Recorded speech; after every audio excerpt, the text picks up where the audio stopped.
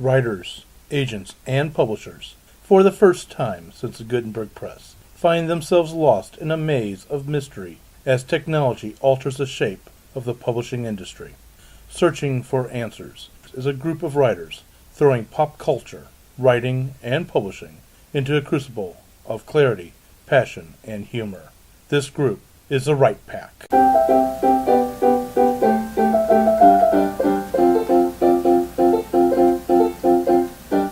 Welcome back to Right Pack Radio. This is David Allen Lucas, author of, well, many things, but right now I'm working on a story called Pattern of Lies, which is a psychological thriller. With me today is... Fedora Amos. I am president of Greater St. Louis Sisters in Crime, and I write Victorian whodunits and some other stuff as well. I have just signed a contract with 5-Star for a book which should come out in 2016, and it is called Mayhem at Buffalo Bill's Wild West. Oh, nice. Excellent. Hey. Congratulations. Yay. Thank you. Brad R. Cook. I wrote a steampunk novel called Iron Horseman that's out now. I highly recommend you check it out. It's a good yarn. Well, thank you. I'm also president of St. Louis Writers Guild and doing a bunch of acquisitions and author stuff for Blank Slate Press. I'm Melanie Claney. I write sci-fi, fantasy, and nonfiction. And I don't have anything out published yet. Well, recently. Okay. And with that, okay. Well, today, after having talked about addiction last week, let's talk about something a little bit more laid back. Let's talk about our guilty pleasures of writing and writers. So, does anyone have any guilty pleasures they want to admit to? Well, I don't know about wanting to. However, you know that my favorite kind of book to read is mystery, right? Everybody knows that. Yes. That's what I love. That's what I write. Well, I like other things too. I'm quite eclectic. I have a pretty good fondness for even steampunk. Well, Why thank you. not? Yes. And science fiction and all manner of things. But not high on my list is horror. There is only, and I've read Stephen King, and I find the stuff, it's okay. I don't even find it terribly scary, to tell you the truth. But there is one horror book that I really couldn't put down. Just couldn't put down. And I will say that I'm especially glad I was not pregnant when I read this book. Ooh, because that book I think I know what it is. What? Rosemary's Baby? Oh, Fire 11. You're a devil. I like it.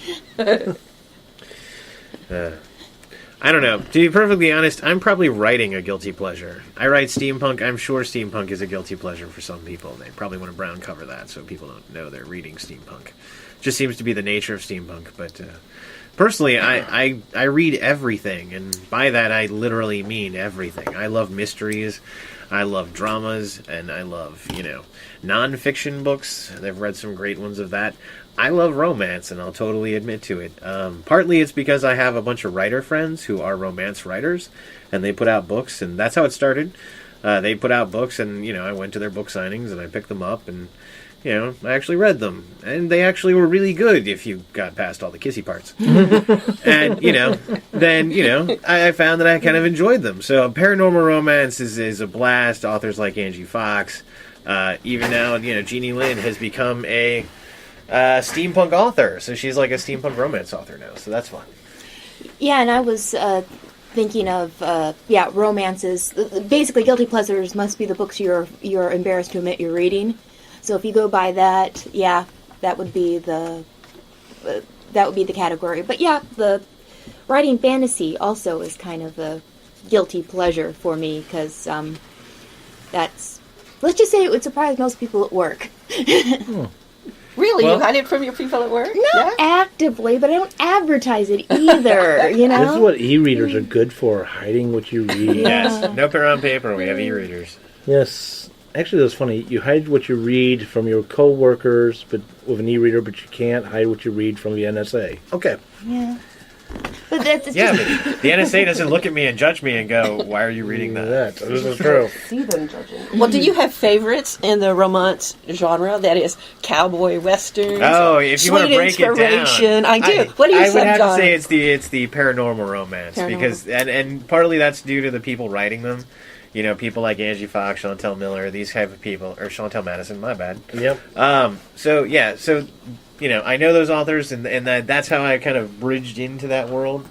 So you know, it's plus you know, having odd magical creatures and demons and all that kind of fun stuff makes it more interesting than maybe your average bodice ripper that's set in like some southern plantation.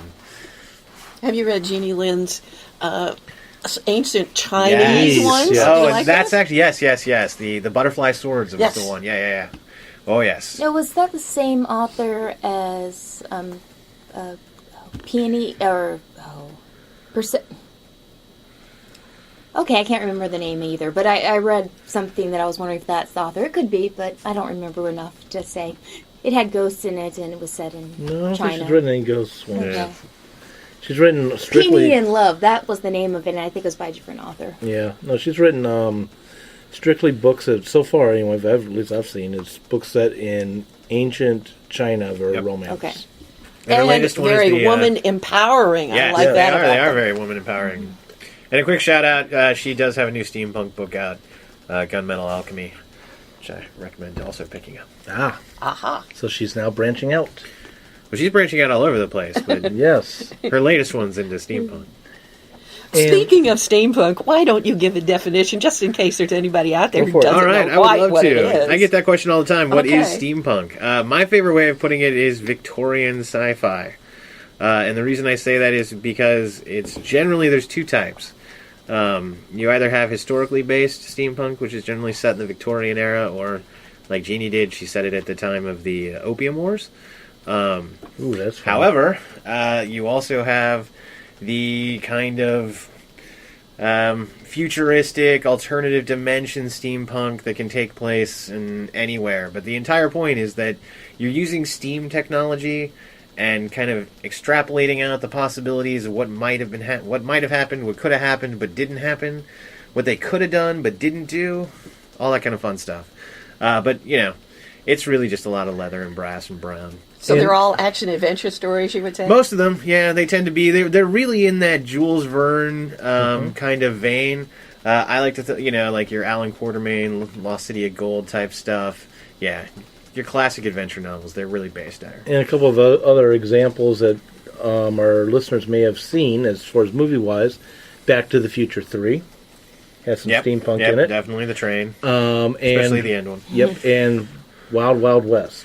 Wild Wild with Giant Spider, yes. League Yeah. of Extraordinary Thank Gentlemen. you. That Thank is you. the Much best better one. reference ever. Actually, I love was thinking that one, Wild Wild yes. West more of the old TV show than There are the also movie, some great but animes. If Jen were here, she and I would be geeking out over Last Exile, or Steam Boy, or any of the numerous other ones that are. But yeah, it's basically much akin to Jules Verne. He was the first steampunk author, even though he didn't know it. He was writing contemporary, but 100 years later, and we're all calling it steampunk. So Well, of course, his stuff actually came true. yes, Well, this is true. Most of it, anyway. that's the scary part. Yeah. And then if you want, you can branch out. There's also diesel punk, which is more your 30s and 40s. You got engines and oil and all that kind of fun stuff. Clockwork is going before the steam technology, so think the Three Musketeers time or something like that. And then you can come all the way forward to cyberpunk, which is modern day crazy computer stuff and all that fun stuff. So Ghost in the Shell. So yeah, forth. there's classics. William Gibson. Yeah. You're blowing my mind with all these new terms. I wasn't I aware love of it. them. Yeah, I live in that Diesel, world. huh? Yeah, diesel punk. I Diesel love Welcome it. to the punk world. Yes. Do we have to add punk to everything? Yes. It's punk. Mandatory. Oh, and That makes it cool. joining us And now. I've waiting for a chance to do. And joining us and ready to tell us her guilty pleasures, or at least a guilty pleasure, is my famous co-host. Kathleen Kayembe. I apologize for being late, listeners, and this can be my crazy intro to me. Okay, any And guilty in pleasures silence. you want to admit to? Be it reading or things you do, some no one's touched yet. Guilty pleasures you might do for writing, or to begin writing, or anything. Such as you can only write when you're in the bathtub or something. I was just like thinking that. Yeah, That was Georges Simenon. Really? Really? I did That's what not he know. said. I did not know he wrote in the bathtub. That's what he said. Whether it's true or not, I don't know. Yeah, I'm going to take him at face value. Wow, I think I'd rather use a typewriter. Than a I would laptop. too. And A la- laptops and water don't mix I well. would think not. Is it a guilty pleasure if you're not guilty about it? No, Sure. yes, definitely. All right, because I have some things that like I wouldn't want to tell coworkers necessarily. Yeah, that's perfect definition. That was my definition of There's guilty nothing that's going to get you fired. That's okay. Oh, Oh, that's So, a different guilty yeah. pleasure. well, like I like reading erotic romance, and I'll admit to liking it too, although let's just say it can go too far. it depends on what you be signed fun. up Learn for something when you new. started the story. Because, as with most things, like as long as the reader and author contract is fulfilled appropriately, I'm cool. Yes. Like, if I signed up to read this, and this is what you give me, and then you also surprised me and made me happy but didn't break any of the rules you set, I'm cool with you. No, If see, you didn't know you were going to be reading dinosaur porn at the beginning of that book, at the end of it, you're reading about velociraptors and humans getting it on, then yeah, maybe that's bad. But to be perfectly honest, I love that those books are out there. Wait, seriously? There's a It's a whole velociraptor line. demon No. thing? It's a whole line. Dinosaur porn. Check it out. Dinosaur erotica. I've It is heard of, like, dinosaur and centaur humans. porn. No, yeah. But, like, This is a whole thing. In the covers are a dinosaur and a woman. why's it gotta be a woman all the time? That's a good question. That's a good That's a question. great question. Thank you. Maybe it's something that it has to do like with the Japanese ideas. Hentai, tentacle porn? Yeah, Yeah. that's actually not where this comes out of. It Thank comes out of God. a branch of romance. Let's go back to horror. Yeah. Yeah, okay. I thought, did we leave? I don't know. But anyway, But you know, I was saying some of those. Speaking of guilty pleasures, some of those I do read, and again, dissected is like, wait a minute, how is this working? And figure out how they do things, and that's writing technique type. I'm things. sorry, now I'm thinking about dissecting dinosaurs. Let's not do that. All right. Yeah, no. So I love horror too. Actually. I'm going I'm to a go huge back fan to of horror, and I don't love horror. I However, love horror. and I know that there is amongst this group a great animus against vampires. No. No. I- Sparkly Vampires in vampires. my book. Now, Jennifer isn't here, or you'd hear more Yeah. about that. But I took a class on these things. I love them. It's not vampires, it's Fakepires, okay? Things that sparkle are not New word. vampires, okay? well, Sparkle. I don't like sparkly vampires, and I don't like They're not scary vampires. vampires, and I don't even like Anne Rice vampires. But I do like one brand of vampire, and that is vampire camp. I like campy vampire Oh, wow. movies Vampires. with Peter Cushing and Christopher yep, Lee yep. and Vincent Price and buckets of Technicolor blood. Yep, yep. That I like. Now that I will give you. You want to go back to some of the old movies there. They are classically wonderful things. In fact, some of those old monster movies. Creature from the Black Lagoon. Love that. Lovely. How can you not love that? I mean, it's literally a guy swimming around in a swimming pool most of the time. It's hilarious. That leads to something that I don't think it should be a guilty pleasure. Bad fic. Bad fic. That is the term, the fandom term. When a story is so bad, you read it for the amusement level, and that's it. The snark that comes out of your head is what you get out of it. Yeah. But, like, there are some things that have so much potential, and I read them even though everything about the execution is terrible, because I'm like, wow, this was a good idea. Well, that's why the Booze Your Own Adventure worked, because they were writing a bad novel on purpose. Can you please explain Booze Your Own Adventure real quick? Okay, Booze Your Own Adventure was or is a series of people that I haven't actually watched in a while, but they have videos. If you do a Google search, you'll find them online, and I think they're in either season 2 or season 3 now. Probably season 2 still, but Is it BOO is your own adventure? Or? booze like B-O-Z-E. the Like what you drink. Like, Like they're what you're drinking in the drinking. Thank videos. you. It used to be called 50 Shades of Green, but the idea is they purposely crowdsourced writing a parody young adult. They parodied sort of a Twilight type book, but it's a gentle parody. It's a parody that you might not realize is a parody. And they had a lot of fun writing it, and yeah. Is this like fanfic that's bubblegum style? Or Get it. These I don't think. people, the people from thatguywiththeglasses.com, the nostalgia chick being, I guess, the ringleader, love YA. And so much of YA now is essentially paranormal romance, but with teenagers in it. Mm-hmm. And a lot of that sprung from the Twilight books, so that there were a lot of Conventions? copycatting. Yeah. Yes. They have stereotypes in them. So they decided to write their own book, rife with stereotypes, and see what happened. Before I let you go, Brad, real quick, I'm going to say one thing, and there's a comment. As much as we have gone off on Twilight in all these episodes, okay, we have to admit one thing. Be it Twilight or be it Harry Potter, and actually it's really both of those have gotten the kids re-engaged heavily into reading. Amen. So, yay for that. Brad. Well, I was just going to say, when you have that... Okay, so most fiction takes itself really seriously. I'll even admit to having done that. But when you get to that level of snarkiness, where the author obviously didn't really care how this was going to go, just had fun writing it, that's a fun read. Mm-hmm. And, it may not be the best thing under the sun. It may just be something that, you're passing around or something like that. But it's really funny. And... Yeah, I totally think it needs and just to be clear, they're working on the sequel now. It's going to be a trilogy. What? But Is it going to be a 5-book trilogy? It's Or going to be just a trilogy. well, they're planning on the trilogy. The third one is going to be dystopian, so the second one is going to destroy the world. But And pausing for just a second, we now have Meredith Tate joining us. She is in New York. And she's taking a quick break out of a play to come and join and talk about guilty pleasures. Hey, Meredith. Hello. Hi, everyone. So she's calling in on cell phone. Yep, we can hear you. the issue is, will the tape be able to hear you? Tape's getting it. Okay. So what's your favorite guilty pleasure to read? Let's see. My favorite Or guilty to do. pleasure. I have a very bad habit of snacking while I'm writing. Oh, there you go. Snacking and probably Twitter and Facebook, guilty pleasures. Kind of like write a sentence, refresh my Twitter, and that's very bad. Don't get into that habit. Yeah, I hear you there. So, what other guilty pleasures do you have as writers? We've talked about what we read. Yeah, that's a good point. Actually, I've Good avoided segue. talking about what I read. So, we talk about what we read, so... I have a meme for that. What guilty pleasures we have when we read? Yeah, so far. Let me think. I don't know if it's a guilty pleasure, but I still love like middle grade and YA. But I don't consider that a guilty pleasure, so I don't feel guilty for it. I get to call it research, but I totally agree. Okay, and Kathleen.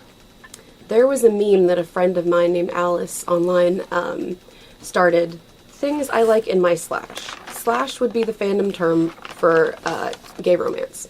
So, Okay. a bunch of friends and I all wrote up a list of our favorite tropes, our favorite things that we saw in slash fiction that we loved to read. We would read over and over again. Things that, like, if we saw it in a description, we'd be like, I'm on that. I'm reading that. I haven't done it in a while, though. Do you guys have things that you just, if you see it, you're immediately going to want to read it? Oh, so like it can even be a cliche, but you just want to read Tropes, it. cliches, character types. This might not be exactly what you're talking about, but coffee table books. I am horrible with them. I love them to death. Like books about tree houses, books about canyons, books about trees. It's giant Those are my favorite. pictures. Yeah, Every time I go to someone's house, it's when I always read them. exactly. Like I love coffee table books. I have, numerous of them. Way more than I have coffee tables, that's for certain. No, just in case someone doesn't know. Most people, I imagine, know what it means, but just in case. A coffee table book is a book that's designed to just sit and live on the coffee table. And They're generally Be super pretty. oversized. Be pretty. Yeah. Super pretty. Glossy photographs. Glossy photographs. Good art. not a storyline that someone would have to read to the end to understand. There's no story. There's no It's story just fun. usually. It's Yeah. just pictures. Pretty Something pictures. you Look at can them. flip through. You don't have to start on page 1. Yeah. Right. Love them. Read them all the time. I don't want on tree. I Well, go I to, have- okay. just gonna say I go to Barnes and Noble's like bargain section to hunt for them. Note to self. Because they are expensive. They are. You can get them like really cheap there, so it's awesome. Well, I like certain historical periods. I love ancient Rome. I love the Victorian era. And there's one where I may tell you about or may not. It's I'll think about that. What? That sounds like a very guilty pleasure. I like might that as she's well leaving say it you. now. Kind of Yeah. open-ended. Yeah. Really? I'm looking at her, just so you know. Yeah, We all are. she's giving her the look. The look. Well, what about you, All right, Melanie? guys, I gotta run. Okay, well, thank you for joining for your brief time. Enjoy your play. Yeah, have fun, everyone. All right, I'll talk to you guys soon. Bye. Bye-bye. Oh, she's awesome. Yes, I assume that was intermission. that was intermission. Yeah, whatever play she's seeing, I don't remember what she told me. So, anyway, what other guilty pleasures are there? I'll admit to one. Oh, no, you go. Dora had one she was about go to ahead, talk go about. ahead. Oh, you're gonna want me? No, I'm not gonna let her off the hook. I'm just gonna let. We'll come back. I'm one of those sneaky guys who waits a little Yeah. while, comes around, then boom, wham, right at you. Okay. Do I really want to admit to this? Yes, I will admit to it. How about real life mysteries? True crime? Nothing wrong with True that. crime. True True crime good. situations. True They got a or whole channel on TV for that. oh yes, I know. Oh, you probably don't know about it, but there's this podcast. It's a branch of This American Life. It's the podcast is called Serial, and they're basically going through a conviction. I think he was convicted 14 years ago when he was either 18 or high schooler of killing his ex-girlfriend, and it's did he do it, didn't he do it, and they're going back and forth all the time, and I don't know how it ends. I just listened to the first episode, but I think all the episodes are out now. Okay. So You can follow actual court dramas and cases and stuff. yeah, like that. the problem with following real things, especially in real time, in real life, things take a long time. Yes, they can. That's where I like to live at. Yeah. I like to live in the real time. And I'm on top of the sensational stuff. I'm talking about the stuff that's just like, why did X kill Y? Or did X kill Y? Is this just lousy police work because they need to close the case? Well, that's the other thing. In real life, you seldom know for sure, even if someone pleads guilty, if that's really the truth. Yep, this is true. And the other parts of guilty pleasures, we had a serial rapist running around in St. Louis not that many years ago. Mm-hmm. And I was staying on top of that case, talking with various people on top of that case, just, trying to figure out what the next issues or next locations, blah, blah, blah, blah, blah. The fun stuff. I'm bad. I've been given the nickname Castle from the TV show. Is there another murder and is it gruesome today type aspect? Speaking of That's that me. case, is that still waiting for trial? Castle? Or No. The serial? I Very thought it went through trial already. Okay. Yeah, I'm pretty certain it is. I was just wondering if that played out. It seems like the type of trial that they played out. Yeah. The Castle TV show dynamic is a very, very, very pleasurable thing for me. Not guilty, just enjoying it. It's very much pleasurable. Like the off the wall person and the person you think is completely straight laced and turns out not to be. Oh yeah. I love that Beckett can still shock Castle. And Castle is the one coming up with all the crazy theories that turn out to not quite be so crazy sometimes. Yes, and I've missed the log line. I like the first season's log line. There are two kinds of people who sit around and think about murder: psychopaths and mystery writers. I'm the one that pays better. I love that because that's me. Psychopaths are one. Psychopaths and sociopaths. They're this, They're different. things. well, They're different, and I'm saying both of them. Those are a guilty pleasure for me in terms of characters. One of my favorite anime characters is totally a psychopath. He's also an empath. And Wow, that's a he's the most manipulative person in the face of the planet, and I love him.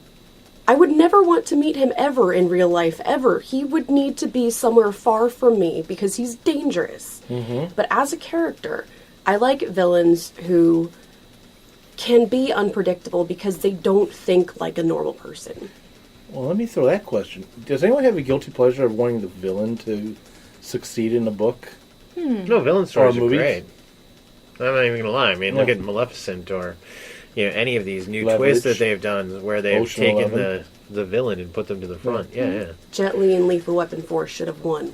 Yes. No way Mel Gibson beat him. That was ridiculous.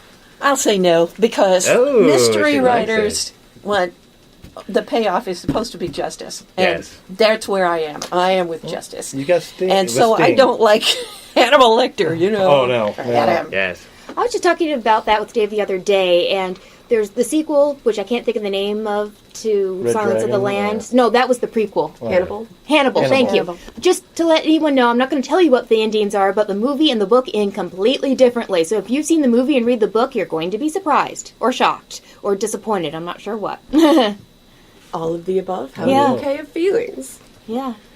What happens in a mystery, though, where it doesn't feel like justice if the killer or whoever the criminal is, if that person's caught? What happens if there's a villain that is in some way seeking More justice sympathetic through crime? than the... Well, there were Yeah, some Agatha more Christie sympathetic. novels like that, where I think... I'm Oh, going to... Stanley Gardner, too. Yeah, I'm going to mispronounce his name. Hercules Poirot. Hercule Poirot. Thank you. I can't pronounce his name correctly, but I don't remember the name of the story. But there was a murder on the Blue Train or something like Orient that. Express. Oriental I Express. think it's a different one. Okay. Really? Go Okay. ahead. What's the There is a story? good- Well, that is one though where the Yeah. murderers aren't necessarily the people you want to have Yeah. get in trouble for it. Street justice. But basically, he gives two alternatives. One the reader is supposed to believe. One is supposed to be not true, and clearly not true to the reader, but plausible. So it's like, okay, you have a choice. You can believe this and have this happen, or you can believe this and the murderer will never be caught. And guess what? They chose option number 2. That sounds like Oriental Express. Yeah, it sounds like Murder I- on the Orient Express. I get the Blue Train and Oriental Express confused in my head, so I don't remember which is which. I haven't read Blue Train. Yeah. Was there more than one killer? I don't remember. Again, I get the two in my head confused. That's all right. Darn, I have to do more reading. Oops. Yeah. Well, I think we're talking about two different things because you're talking about legalities for one thing and justice for another. And not always do the two meet up together. Amen, You that's can have true. justice without having a legal Most resolution to anything. And vice versa. You can have a legal resolution and not necessarily have justice. True. Well, thinking of Game of Thrones, that's a case where at least for some of the time the bad guys seem to win. You know, so. Often the bad guy wins in Game of Thrones. And the good guy dies horribly. So, is there any It's guilty... called life. No, I'm yeah, just kidding. no kidding. Oh, it's called Life in Game of Thrones. It's called life. Westeros. Any guilty pleasures that you do before you write or after you've written a story? I mean, take a look at, if anybody remembers Stephen King's book and the movie Misery. Let's not. Yeah. What's the matter? You don't like the idea of having your legs No, hobbled or no one is chopped off? kidnapping me, putting me into a room, and making me write a book and hobbling me. That is Okay. That's a nightmare. I wouldn't But- mind the first bit. Not the kidnapping necessarily, but The shoving you in a room and making you write a book. Yeah. Okay. But the idea, when he finished it, that's when he could have a cigarette. Or have a smoke or whatever it was. so He doesn't have rewards. anything. I know somebody who...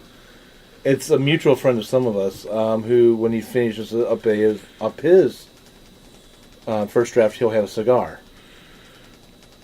I don't have any rituals like that. Maybe I should consider them. Go for it. Pizza. Fedora. Pizza. Pizza. Ooh, I what don't kind? allow myself to eat pizza, generally speaking. But Okay. if I get something off to a publisher, yeah, I'll treat myself to pizza. Ooh. Excellent. Do you have other ones? I don't think so. Just that one. Well, pizza's pretty good. How did you come by that? I don't know. She finished a Just book and seemed said, good. "I'm in the mood for pizza." Yeah, Did it become that a thing? works. and it works. I like it, yeah. I like to have a hot drink by me. But I Oh, always yeah. like to have a drink by me anyway, because I'm generally thirsty. I would say hydration is par for the course, because every writer I know has something next to them that they're drinking. Yeah. Coffee. Let's look at Coffee, this table. juice, Juice, soda, water. But I will admit, Alcohol. from time, that you just hit me. From time to time, not often, but sometimes I will have wine while I'm writing.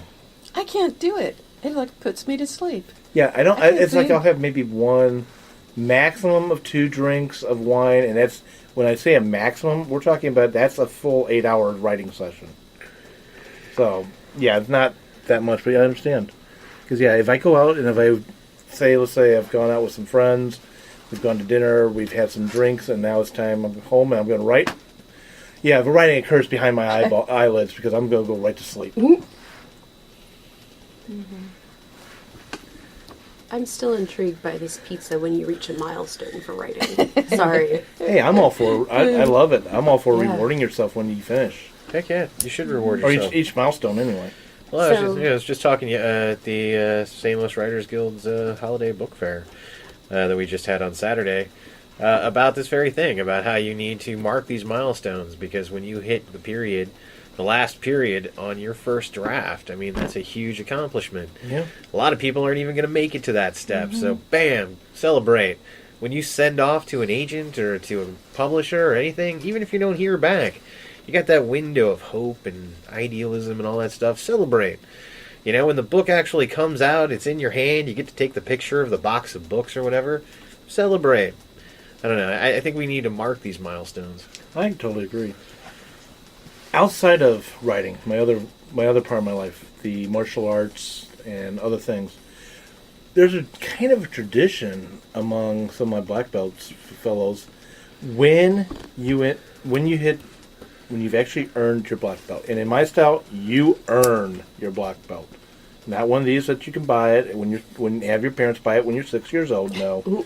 We have a 2.5 hour physical test, as well as being able to fight, and also we have a paper we have to do as well, a paper presentation. Oh, wow. And anyway, we have a black belt party.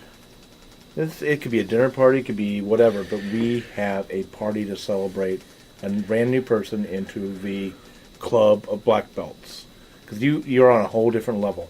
And I always thought about that with my writing. It's like, okay, I have finished. It's time to party. Even if it's a party by myself, it's time to party. Because I have got that rough draft done. Yes. And then there's parties for each of the drafts later. That still counts. That counts. There's a lot of work. People don't, a lot of readers who've never picked up the pen to try to write have no idea how much work goes in to writing a book. And rewriting. And rewriting. And That's rewriting. what I'm putting in there. I'm throwing all that in there. Continuing to Which, rewrite. by the way, we were talking about before we started recording. Fedora, you finished reading Brad's new book. I'm on chapter 3 of his new book. And I'm like, it's going to by too fast. I want to enjoy it for longer. You know what the scary part is? On Amazon, on the new Kindles and stuff like that, they'll tell you how many hours it will take to finish this book. Really? Yes, Yeah. and it is the most painful thing. I'm at like 6-7 hours to finish my book, and I'm like, are you kidding me? Like, I don't know. It was just... I don't know. people It took me read forever at to write it, different forever to do it. Yeah. It's going to take you 6 hours to read it. Thank you. Good to Well, I also know. find... I can understand the reason behind doing that would be for people like me who. Oh, yeah. I just want to start this, and it's going to take 4 hours, and I have to be somewhere in 2. Maybe I shouldn't. Well, see, But at the same time, it takes some of the joy out. this is why I like paper over the e-books in the sense of, I want to know how many more pages there is to the end of a chapter. I might stay up and finish reading a chapter and then I'll go to bed or whatever. I don't want to know how many hours. I want to know pages. Because if I know how many hours, it demotivates me from reading it. That's just me. I'm I weird. can understand that. Yeah. And this is why I write short chapters, so that you can do Thank you. them in blocks. Thank you. Okay, so Oh, anyway. and thank you for the shout out to the right pack at the end. Oh, there I you like go. that. Yeah, that was good. Oh, I haven't gotten there yet. Yeah, I'll get there. Well, you get to see your name there. Yeah. So, what are some other guilty pleasures? Who eats chocolates while they're writing? Not so much when I write. I'll munch things when I write, but Yeah. once I get into a zone, there is no food. I will drink something if I remember. No. No. Keep the salty stuff away from me, because potato chips, crackers, all that kind of stuff, because I will be writing, and my subconscious will go, yum. And then that automatic motion of the hand to the mouth, and I'm continuing to write or whatever. You put it in, you write, and I think another. that's what a lot of writers, at least past, I'm not going to say present, smoke when they write. Could be, but 'Cause it yeah, keeps their mouth busy. Yeah. I like to eat potato chips especially, so Yep. not a good thing. Too bad kale chips have all that oil in them, otherwise they'd be a good substitute. No way. I was wondering about that. The oil and the grit on your fingers if you're typing. Yeah, get it No, all are you over your kidding? keyboard, wouldn't No, are you kidding? That's what jeans are for. So everything you grab, jean, type. It's a whole system. So on the outer portion of the thigh of your jeans, I should expect to see. Oil stains, Yes. yes. No, they are jeans are the napkins everywhere. Walking in it. Well, before jeans, there were the dogs. Exactly. Lick my fingers, please. And actually, I'm not kidding you. Sorry, sidebar. Medieval times, that's how the dog would run around the dining room. That was your mobile napkin. Dude, all those eat your vegetables. I did. I fed them to the dog. Oh, there That you was go. totally okay. Yeah, that's, So unfair. Yeah. So does anybody do anything else that's guilty? Or what, as far as your writing, I'll admit, if I know some writers, they get up, they actually get dressed in a suit and sit down and write. No, pajamas. Not me. I am know in one my- who actually got an office and would only write there. Now, I do know several authors who have offices, maintain offices and stuff Yeah, like they're that. out of the home, Yeah. away. I want one. And I can get that. And I know people who go to, cafes to write and stuff like that. Yes. That one, Dave, Hello, right me. here. But, I see David. I calling gotta all the admit, time. throw me on my couch, leave me alone for a few hours. Well, that's you the know. reason I go, is because I can't get that at home. Yeah. And I might only write for like every morning I write for about 2-hour block, at least a good 2-hour block, and then, go on with the rest of my day. But, during that time, it's pretty much just me and my apple juice and a lot of, speedy finger typing. Yep. I think my guilty pleasure would probably be, I would call it over-researching or tangential researching. Yes. Like, I research a legitimate question, and then that leads me to another question, which leads me to another question, and those, second and thirds don't really have anything to do with what I'm writing at the moment. But Being they're your fascinating. your sounding board, quite frequently, I will answer that with a oh yes. Yeah. Go ahead. I gotta throw out another one. Cell phone games. Guilty pleasure. I refuse to use the internet or anything else during the block of time that I am writing because I already know if I jump on the internet, I will not jump off of it. So I will use cell phone games or tablet games or whatever as a reward. So I will write and I will write and I will write. I'll finish the scene and then I will play a game. Gets my mind off of it, gets me ready for the next scene or whatever like that. But because otherwise, I'll sit there and play games and not write. And I'll do something similar. If I get stuck, if I am stuck and I can't write my way out of it, Yeah. then I'll play a game or throw darts or something just to get my mind away When you from don't it know and what to solve say, it. Yep. Fruit Ninja. Well, I'll do Star Wars Thank Rebel you for that Command or Star Wars idea. Command. I spent entirely too much time last night playing match 3 games on my phone. More time than I wanted. I think having it as a reward is a really good plan. Yeah, That's Not to feel what guilty. a timer is good for. I ignore those. Well, okay. It's a failing. I can't solve that. Yeah. Well, No. oh, go ahead. No, I was just going to say the other one that I often like is music. I love to listen to music when I write. I will sometimes write with the TV on. I will totally admit that I sometimes just leave it on CNN and turn it into background noise, whatever they're mouthing off on that day. But music is really, and then whatever sets the mood. So whatever music's going to set the mood right. I was going to jump off of music. I have a not so guilty pleasure that David shares for a particular kind of music Yes, when we do. writing. Immediate symphony. Immediate music. There we go. Immediate music is one such group. It's trailer music. Yeah. So soundtracks, trailer music, those are amazing for me when I'm writing. Number one, I need to share some music with you, by the way. Some new ones I found. But, yeah, I've got playlists that I listen to of trailer music. And I also now have, because some friends sitting around this table have said, go ahead and do it anyway, I went back to Pandora Radio. Yeah. And created an epic writing station. So I'll share that with you as well. But that is, it just feeds it in. If I want the music, but I'm not focused on what scene I'm writing, fantastic. If I'm focused on a scene, if I know what music I want to listen to, I will put that music on loop. If you were to ever look at my iTunes and you go, oh my God, why has that song been listened to 200 some odd times? That's one that's probably I've written a scene to, especially fight scenes. Certain music goes with. A playlist too. Yes. Oh, yeah. For particular stories. See, I have full like soundtracks, so like Hans Zimmer, Same here. John Williams, all those guys, love them. Eric Serra, A couple of ones Sarah, I've not heard. he did the music for Fifth Element. Oh, Yes. note to self. since she opened up Immediate Music, Two Steps from Hell, Future World Music, my audio Machine. God, I couldn't think of it for a second. And there's a bunch of other ones which are really good out there. And Danny Elfman, last of the big, awesome composers. Nox Arcana. Yes, very much so. Nox Arcana. So anyway, you had a guilty pleasure, Fedora. Are you going? Okay. Well, this is a book which changed not my life, but my attitude. And it's a guilty pleasure. Ooh. Because it's a romance. And Brad, thank you for introducing this topic because it is. When I was in college, I was an honor student, and of course I read absolutely nothing but the classics, but good literature. And I told everybody that because I was arrogant, And some of my friends said that there was one book that I ought to read, and it was an old book even at the time. There was one book I ought to read, and that would change my mind. Okay. And so they finally persuaded me to read it, and I did read it, and it did change my mind. Do you want to know the title of that Please. book? Yes. Wait a minute. Drum roll. Bing. Go. And how it changed my mind, of course.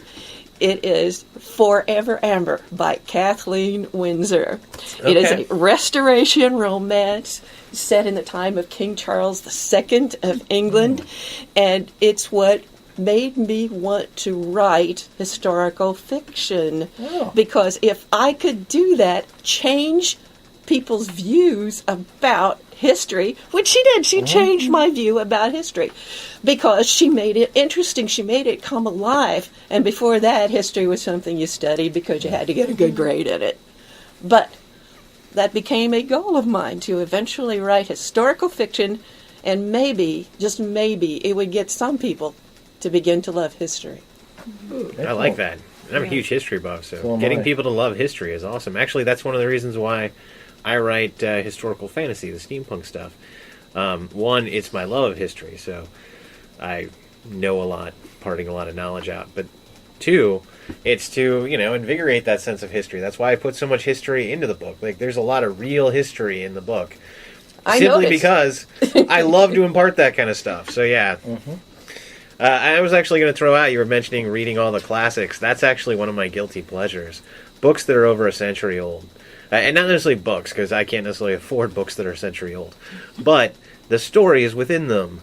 I have read tons and tons of the classics, and then just tons of weird, odd novels that you find that are, from the 1800s or, maybe even earlier.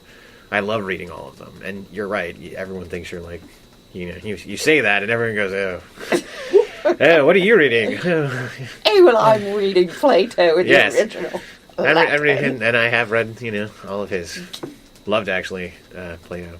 Did you read it in Latin or English? Of course, the English. Like I said, I'm not reading it in Not the original. ancient I'm not reading the Greek, nothing, ancient tombs. No. Along those lines, Tomes, you want to go I should say. Well, now it's over a century old. Give me good old Scarlet Pimpernel by Baroness Oakstreet. Exactly. See, that's exactly the kind of stuff Good I'm action talking and about. adventure stuff. Love it. Sure. See, I love Le Morte d'Arthur. It's one of my favorite novels. Calling it a novel is kind of weird. It's like that thick, and I just put my fingers as far apart as they could go. But, Epic novel. Well, it's actually a ton of short stories compiled together into an epic chronicle. Right. But, that was written in the 1400s. And has all the these and thous and, all the old English type stuff. So, it's a fun read, but no one else, I think, in the world Mallory? would. Yes. Yeah. I liked that. I want to finish reading it. I I highly read it for recommend. class pieces. Yes, I It was love good. it. I've read it 3 times, and that's the most ridiculous thing ever. It's not ridiculous. Read things that are good over and over. It's fine. And that's full, like, reading sections. I've read sections tons and tons of times, but full on through that massive book 3 times. Love it. I liked Herodotus. You should totally read him if you haven't. I have read Herodotus. I've read a lot of the old historians. I know that's so weird to say. No, it's awesome. No, it's not Yeah. I read some of Herodotus's histories for a Latin class way back when. And I would put blue dots on the sections that I thought were interesting and story-like, because they were just fascinating. And there were blue dots everywhere in that book. Yeah. Because he doesn't just talk about the history. He talks about what people say from regions he hasn't been to. And there are some fabulous things that people thought were real. Yeah. It's amazing. Before you do, I'm going to say, while I will never read the National Enquirer, give me Suetonius any day. Well, Dave, you were saying you pull stories from true crime happening right now. I do the exact same thing with true crime that happened thousands of years ago. Exactly. I love, to me, I can write a story and it will never be as good as something that I'm pulling out of history that actually happened, because for some reason real life is crazier and more out there than you can push fiction. And I love that. Well, it's because it's the believability issue. I'm sure that's part of it. There was, when they were building the atomic bomb, Fat Man and Little Boy, or Thin Man. Right. Okay. Point is, under the book, there is a play about this with the scientists in the play and the scientists as characters in the play, rather. And they have the bomb, of course, a fake bomb, on set with some mattresses underneath hanging. And, someone was being interviewed, I don't know, it was the director or someone else, said, isn't that just a little bit too ridiculous for us? Like, well, that's what they did in real life. So the thing is, you can do things that are too ridiculous to be believed if they really happened. This is true. That's something that got people into trouble in writing workshops that I've been in.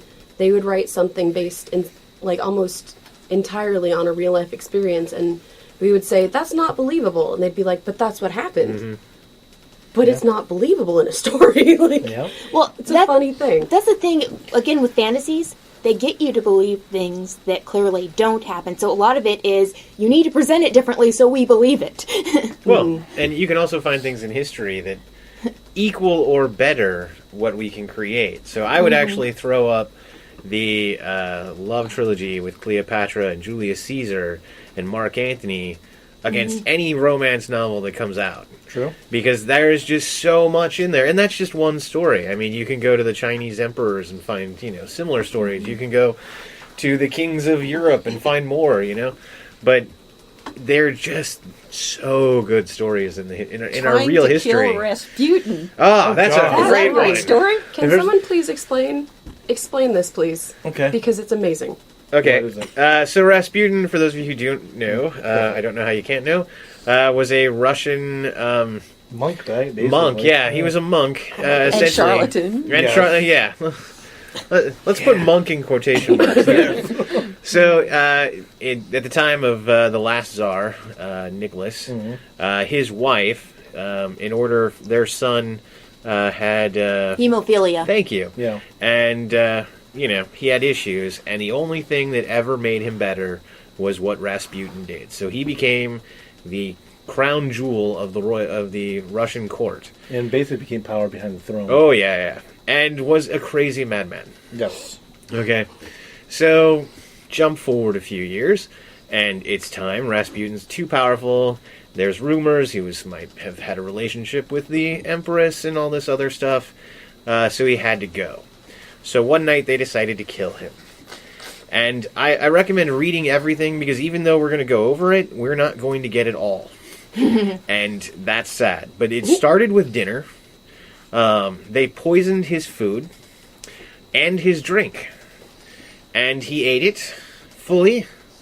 He drank it. He drank it fully, and partied long into the night. Much to the wonderment of everyone sitting there at the table who was expecting him to die in a few minutes. They then jumped him. They shot him several times. They stabbed him a couple of times. They beat him up a couple of times. They then chained him up, dragged him outside, dragged him behind horses and stuff like that to the bridge, took him and dumped him into the river. And after all of this, he gets dragged out of the river the next day or something like that. And much to everyone's amazement, he had drowned. That was the official cause of death. So for everything that they had tried, they failed. Which I think led a fiction writer, I can't think of his name, but I'm going to tell you the book. The book is I, Vampire. Yes. Has Rasputin as a vampire. Yes. So he was indestructible. Then why did he drown? They really didn't. Okay. In the book. Yeah.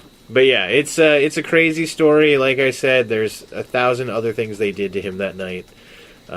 He should have died 100 times over, and none of it worked. So you can read into that all you want. Holy men, madmen, devil. Yeah, he got it all. And he had all the superstitions around him. So. I don't remember he was a monk. Oh yeah. He was the mad monk. I think he had a daughter, too. Now, I'm gonna admit to something because Fedora threw it open. But it's not... I went about it differently, and I do not necessarily always write history, though I have written some historical stories. In high school, in elementary school, and all that stuff, I hated history. Now, anybody around here, around this table, knows how much I love history today. There were two things that kept me in love with history. One, there were some men down the street when I was growing up that were World War II veterans that would talk about their stories. And, of course, they kind of kept them semi-clean because, hey, I was a kid. So that got me a little interested, but then along came Will Durant. My 11th grade teacher of world history introduced me to Will Durant, and ever since then, my love of history took off. If you've never read Will Durant, does anybody not know who he is around the table? Kathleen, okay. Will Durant, and eventually Will and Ariel Durant, which is his wife. Will was a high school teacher at one time, if I remember right. Ariel was one of his students. They eventually got married. Long story there. This was back in the time. But anyway, he wrote a series, among other things, he wrote a series of books on European history, going from Babylon, Egypt, and so forth, the original ancient empires, up through the age of Napoleon. And each of these books are about the size of a dictionary. Some bigger. And it's different sections. There's like Caesar and Christ. That's one. The Age of Voltaire is another one. But what he did is, it wasn't like what they would teach in high school back when I was there.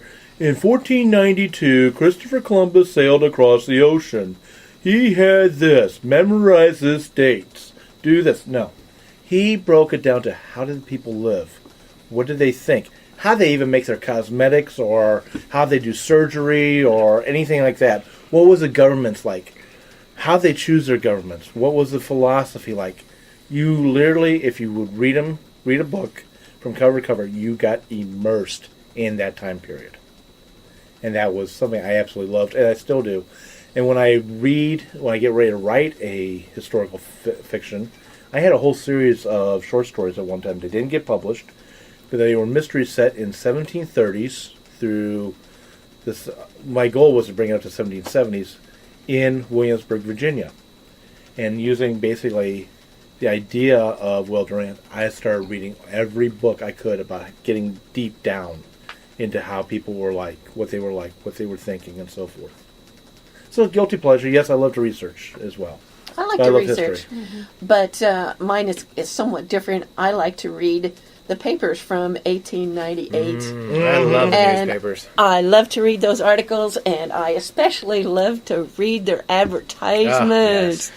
It is a window into the way people lived in those days. Most certainly. Most definitely. It's not guilty, though. I love doing it, and I'll It's admit it to research. anybody. Yes. Exactly. It's research. Yes. We get to put a lot under the research hat. I have something that, as with reading certain books in public spaces, can get me judged vocally from people, because it has. Something that I love is the tabloids that have the conspiracy theories and the monsters. I love You those. love the World alien. News? You love the alien Elvis vampire sucking baby. Yes, those are amazing. I wrote a story based on a tabloid headline and tried to make it true to life, and it was just insanely fun. I love things like that. Those people are having fun with their jobs. That just gives me joy to read about. And you know what's actually kind of scary is the fact that National Enquirer, which is one of those magazines you're talking about, actually busted some congressmen and it turned out to be real. Wow. So I was like, okay, now how much is fiction and how much is truth? I think it's the odds when you just throw spaghetti at the wall. Eventually, one of them will stick. Yeah. Yes. That's my saving grace on them. That's the thing about tabloids. It's there was another. This is a science science is in big quotes. Science magazine. It's called The Annals of Improbable Research. Okay. About a third of the research is true, a third is made up, and a third of our readers can't tell the difference. That's their official logo. Wow. What is it called? Annals of Improbable Research. Wow, I want that. Yeah, and you can get a subscription to it. And again, one of my professors had an article published in that. It was actually a false article, but he actually gave it to us in class to read because it was the method was good. He was training sperm not to fertilize the egg, and that was, clearly he was using. And now we've moved into another kind of guilty pleasure. Wow. But he was doing. Of course, this was all made up, but he was very carefully outlining the steps of behavioral change and how you do it. That is awesome. So, And the thing is, all this false research is written by real scientists. yeah, So it's, yeah. that's an awesome way of just having fun. Yeah. It is. Oh my goodness. See, and that's the point. You should have fun with your writing. Yes, sometimes we have to be serious and write big whole books that are all serious and make sense and stuff. But then I think other times we should just sit down and literally write The Hitchhiker's Guide to the Galaxy. There Just you go. play. Exactly. You know what? With that, I think you just finished off this episode. Well, thank you. It was a pleasure. So next week, so join us next week for yet another interesting topic on Right Pack Radio, and have a happy week writing. The Right Pack would like to thank STL Books for allowing us to record in their bookstore. STL Books and Gifts is St. Louis's newest independent bookstore with an emphasis on fine literature for adults and children and the most comprehensive selection of St. Louis books available anywhere. Visit them online at stlbooks.com or in person at 100 West Jefferson Avenue, Kirkwood, Missouri 63122. Tune in next week as the Right Pack will conquer yet another pondering issue in the writing industry. Theme songs for Right Pack Radio were written and performed by Meredith Tate. All copyrights remain with her.